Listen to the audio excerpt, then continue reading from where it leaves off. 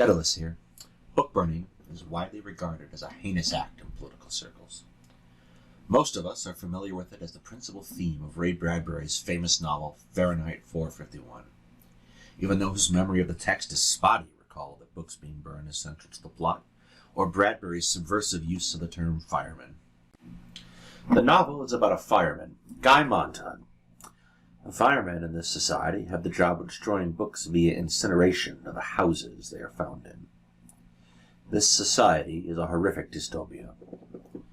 Montag has grown disillusioned with his role as a fireman and had begun hoarding books. His wife was only interested in electronic entertainment provided by the state, as were most of the population. Montag began to read books he hoarded, making him grow increasingly dissatisfied with the nature of his society and the shallow nature of the entertainment that had nearly consumed his wife. Against this backdrop, the narration alludes to the mounting tension between foreign nations. Montag's book hoard is reported, and he's forced to burn down his own home. He flees, meeting with a group of exiles dedicated to the preservation of knowledge, and shortly thereafter his city is consumed in nuclear fire.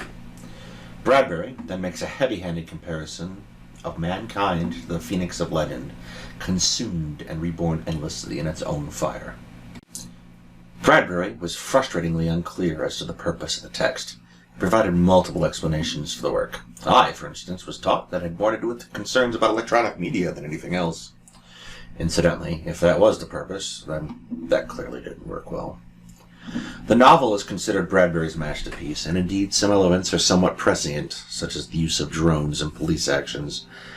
However, on the whole, the novel joins a pantheon of dystopian fiction, such as Orwell's 1984 and Huxley's Brave New World, that society tends to reference with little regard to the intent of the author, instead using them through attack to the views of a contemporary audience. The novel is often juxtaposed to the famous quote by Heinrich Heine, "Those who burn books will in the end burn people." Sometimes this quote is paired with a picture of one of the events that inspired Bradbury. This is a photo of one of the book burnings undertaken by the Nazi student group, the German Student Union. On 6 May 1933, members of the group, later joined by SA members, ransacked the archives of the Institute for Sexual Wissenschaft, a first-of-its-kind private center for the study of sexology.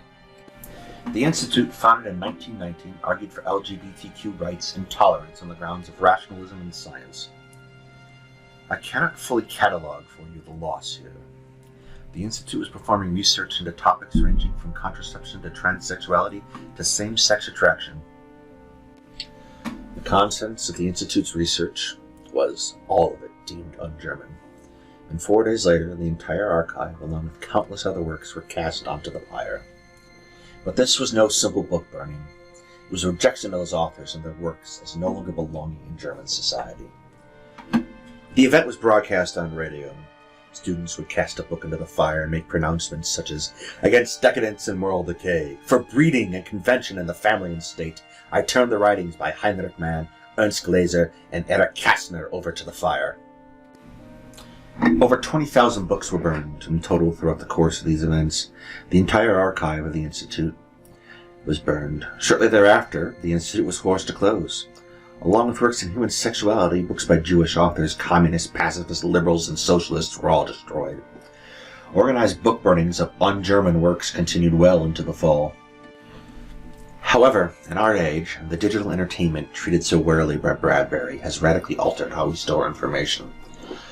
A particularly unfunny meme that gets passed around from time to time mourns the loss of the Great Library of Alexandria. But now information is stored digitally and is not so easily lost. These, for example, are a pair of books that I own. They're seminal works in the fields of history and military theory.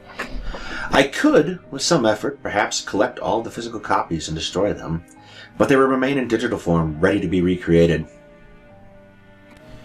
To be clear, the tragedy here, however, is more concrete. A loss was incurred, and our understanding of human sexuality was set back uncountable decades. And this has very definitely affected the speed at which society has accepted as valid identities and practices other than those considered heteronormative. One factor that informs how we come to accept those things not well regarded is time. It takes time for new ideas in science to be accepted. Much like plants in a garden, ideas grow and blossom in the zeitgeist over long periods. Erasure resets that clock.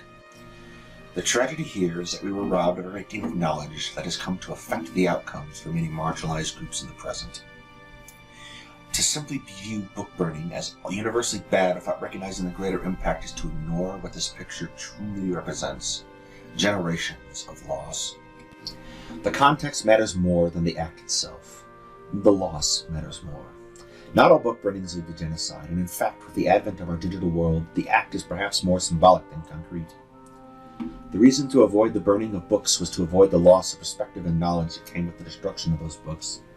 Therefore, I submit to you, viewers, that the act of burning books is not what we should abhor as much as it is the silencing of views that could challenge the orthodoxy that dictates what we consider normal and who we accept into our society. Thank you.